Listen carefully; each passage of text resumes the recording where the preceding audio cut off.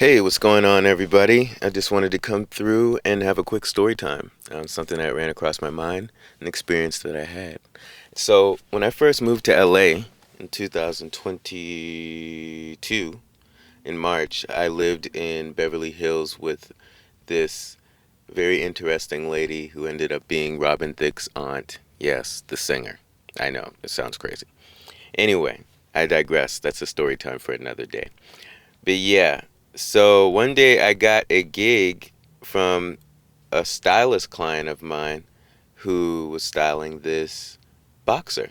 He's well known, but he's not well known. I'm not really big in the fighting world. I'm not going to say his name. Um, but yeah, he wanted to do like a paparazzi moment of him and his homies walking into Mr. Chow's, which is a famous restaurant in Beverly Hills. Honestly, I've never been in the place. Any restaurant in LA that is fancy, expensive, popular, it's normally got nasty food or subpar food. Enough to where you'll be like, why'd I pay all this money? You know what I'm saying?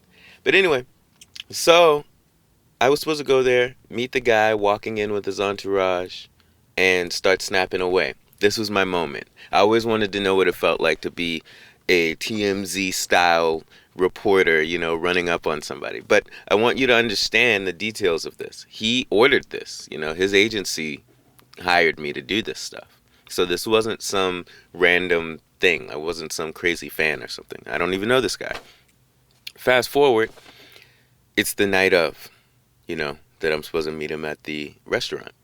And I walk there from where I was living.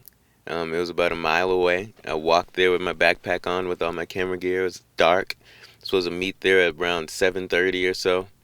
So I'm walking, and I get there, and I'm just standing across from Mr. Chow's. Security's looking at me. And, I always felt like kind of weird about paparazzi or the way I would see it online, where they just run up and start acting crazy and stuff and asking all of these invasive questions. I definitely never want to be one of those people, so it felt weird standing there waiting. Knowing that this person that already paid me to do this didn't make it feel any better. I still look like the weirdo standing across the street in the dark, like I'm waiting on somebody to do something to somebody. So I got my camera out. I'm sitting there waiting. Time's going by, 5 minutes. I hit up the agent. She goes, yeah, they'll be there in about 5 minutes. 10 minutes goes by, nobody's there. So I hit her up again, and I'm like, yo, where's this guy at?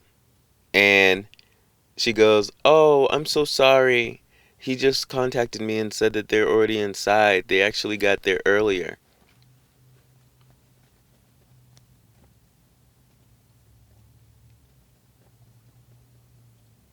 So now I'm standing across the street looking like a creep with no actual gig or job to do. Now I really look like the psychopathic fan because now I have no purpose there.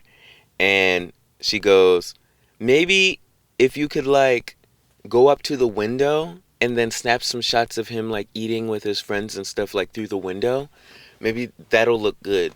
And I'm thinking in my head, like, wow, the creative process behind paparazziing, You would think that pictures like that you would see online would be from some random fan that just happened to see their favorite artist or athlete. But no, those are all paid. Not all of them in the world, of course, but a lot of those things are paid for.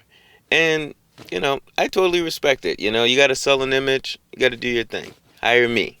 But yeah, I've never done that since. I'm honestly not begging to do that again, but that was just my experience. I actually have been a paparazzi before. So, yeah, that's my experience. I just wanted to stop by and have a little story time and say that. But yeah, I never ended up shooting the guy. He ended up sitting in there. The security wouldn't let me get close to the glass to do anything, of that nature.